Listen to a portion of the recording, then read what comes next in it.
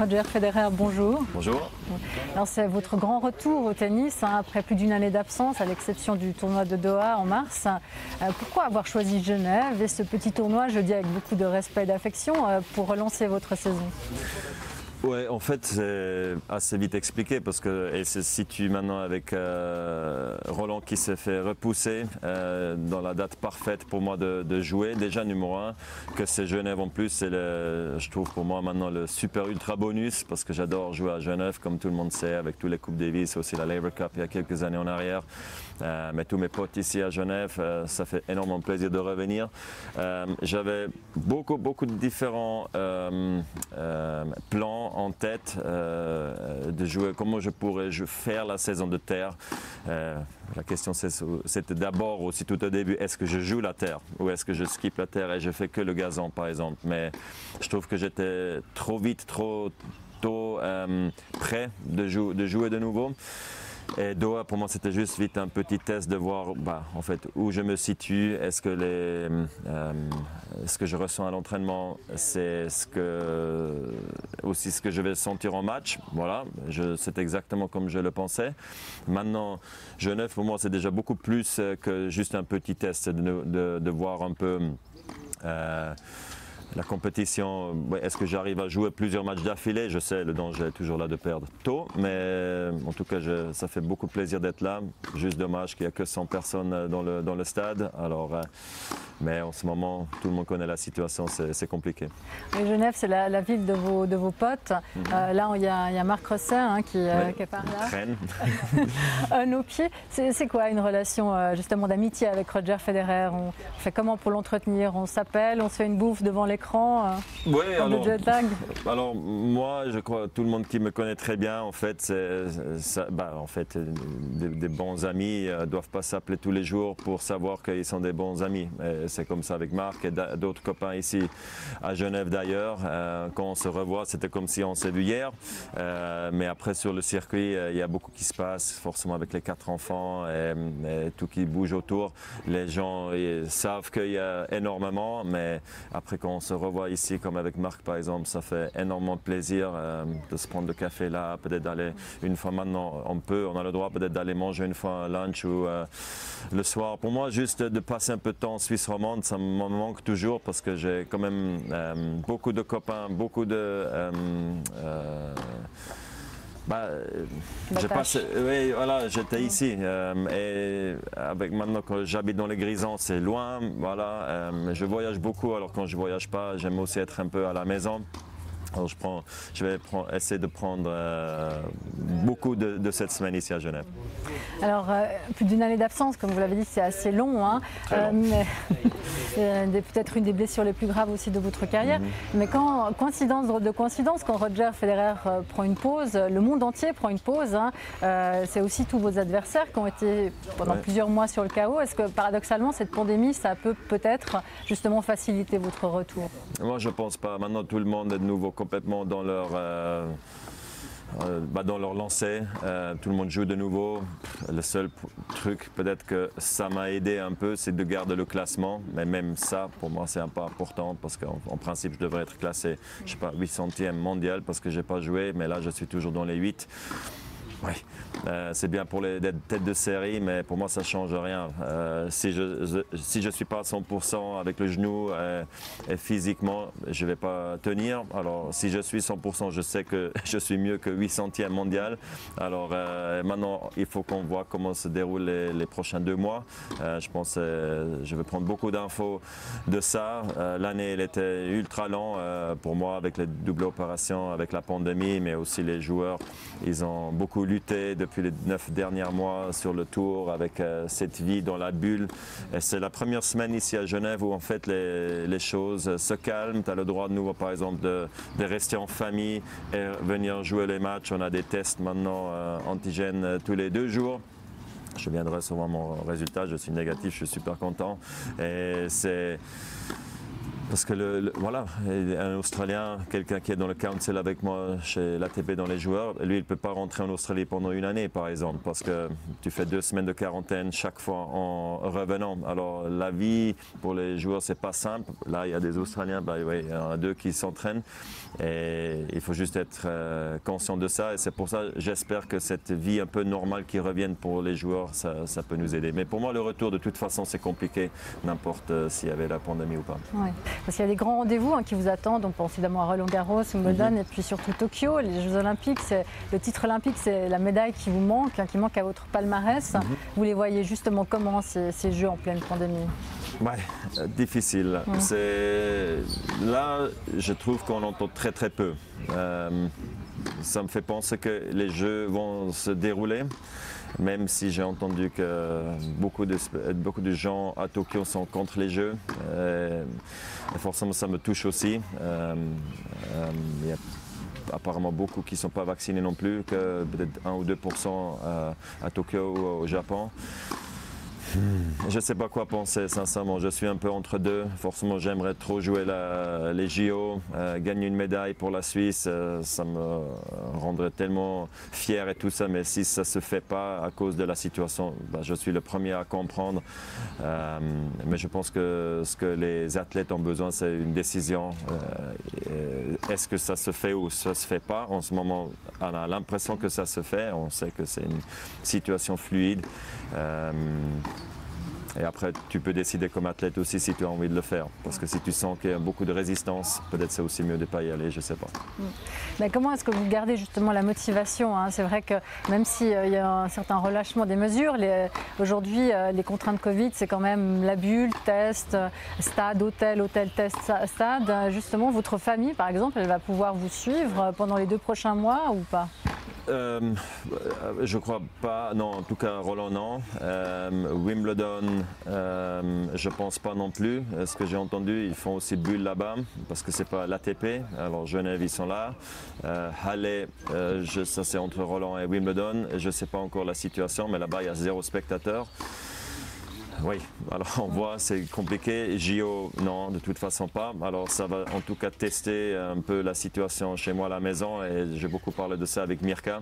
Mais en même temps, on a dit, on est maintenant sur ce train jusqu'à Wimbledon. On va juste se concentrer sur ça.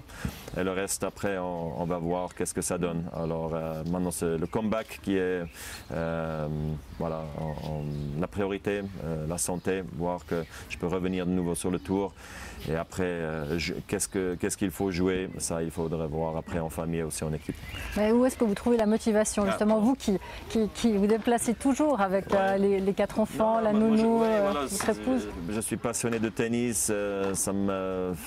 Ça vous amuse toujours de jouer dans ces conditions-là?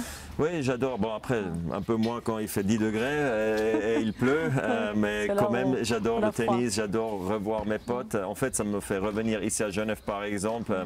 Le tennis, ça m'a beaucoup manqué, en fait, les directeurs tournois, les fans, un peu quand même, forcément, parce que c'est pas encore normal.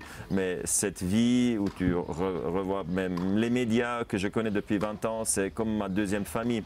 Alors, pour moi, c'est difficile d'abandonner tout ça sans essayer de quand même encore revenir une fois. Si maintenant, forcément, la famille et tout le monde a 0 envie de voyager, on arrête, c'est normal. Mais là, je sais que mes enfants ont beaucoup de plaisir ici à Genève. Ils revoient des potes qu'ils n'ont plus vus depuis longtemps. Mirka aussi, elle se fait énormément plaisir ici. Alors quand je vois ça, moi, je vais vite jouer un peu au tennis. Après, je reviens, on se revoit et tout va bien en fait. Donc il n'y a pas de fin de carrière programmée pour l'instant? Non, c'est le genou, la famille, voilà, qui va décider de diriger ça un peu. Mais pour l'instant, forcément, c'est l'idée de revenir et après voir à quel point, quel niveau j'arrive à atteindre. Et après, il faut voir comment je peux encore le faire avec tout le stress, toutes les sollicitations et tout ça. Mais en ce moment, non, je n'ai pas de plan là-dessus.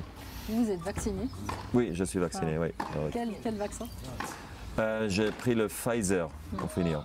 Voilà. Alors, je suis content que, en fait, j'ai pu le faire avec tous les voyages que je fais. Comme je ne travaille pas que juste en Suisse et je reste en Suisse, je pense quand même qu'il va y avoir des avantages et c'est surtout aussi, je trouve que je l'ai fait pour les autres parce que voilà, je ne vais pas le donner à quelqu'un d'autre, même si je reste super strict encore.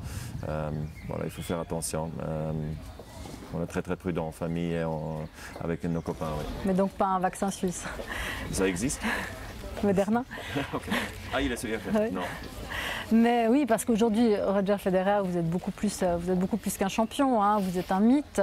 Vous avez même, dans le cœur des Suisses, presque pratiquement détrôné Guillaume Tell. C'est plutôt chouette. Ah, si. C'est plutôt chouette ou lourd à porter ça? Quelquefois c'est un peu exagéré, en même temps c'est très chouette, c'est très sympa parce que je trouve quand même que je me fais énormément respecter du peuple suisse. C'est pour ça aussi je suis content de redonner à la Suisse un maximum aussi maintenant dans mon rôle d'ambassadeur pour Swiss Tourism, de relancer peut-être la machinerie avec le tourisme dans le monde entier, de dire que la Suisse est bientôt, on espère, ouvert de nouveau, de revenir pour le voyage, forcément que si c'est safe avec la pandémie, mais non, en tout cas je peux vraiment pas me plaindre ici en Suisse, les gens sont ultra sympas avec moi, ils sont très respectueux, ils sont fiers de moi et je crois même moi aussi vis-à-vis d'eux, je suis super content que je peux vivre cette vie normale en Suisse et voilà, j'ai construit une maison déjà en Suisse, je vais construire une deuxième, je vais toujours vivre ici, c'est l'idée en fait avec les enfants et la famille, c'est pour ça que j'adore de passer le temps en Suisse. Oui, alors c'est le hit viral du moment, hein, cette vidéo évidemment où vous vantez la Suisse avec Robert De Niro, avec ses jolis chalets, ses sapins bien alignés, mais est-ce que vous pensez sincèrement que la Suisse est aussi lisse, sans conflit, aussi parfaite que vous le dites? Non, c'est en fait forcément c'est aussi un gag en fait un peu et c'est vrai qu'ici tout fonctionne, oui, le transport public ça marche bien, je veux dire si on compare ça avec d'autres pays on est quand même très en avance sur ça. Quand tu vas te promener, je sais pas, dans les montagnes et tout ça, c'est tellement relax, c'est tellement facile la vie ici en Suisse.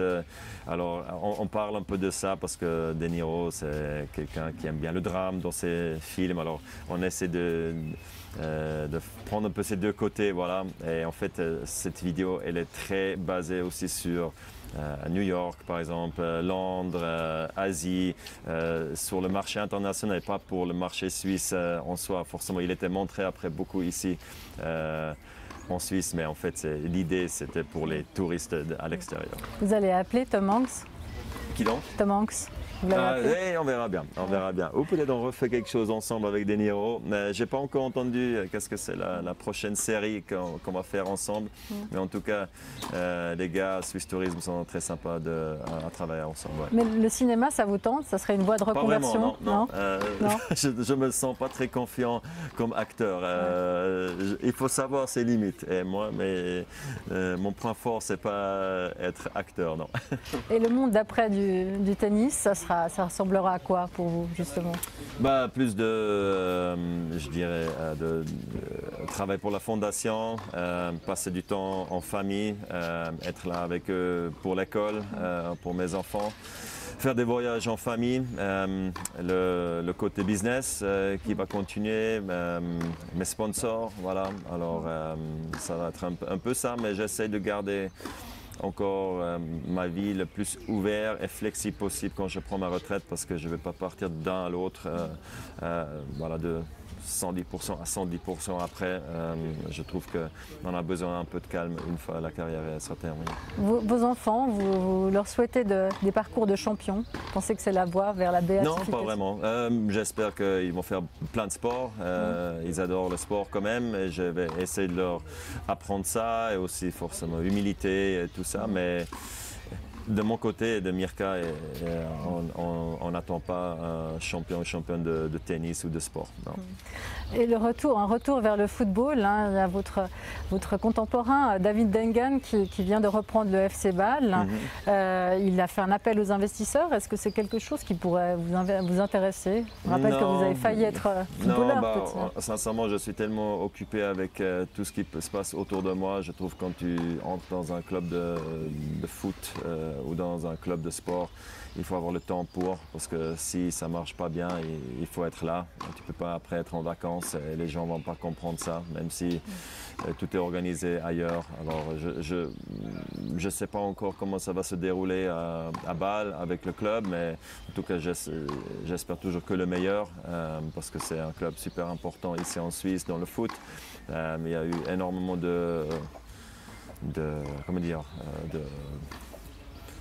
du bruit autour, quoi, et ça n'a pas fait du bien à personne en fait. C'était peut-être bien pour les médias parce que tu peux vraiment le bouger dans tous les sens. Alors j'espère que ça se calme un peu. Et moi je suis content que les fans et les joueurs sont contents. Pour l'instant c'est tout nouveau, alors on verra bien.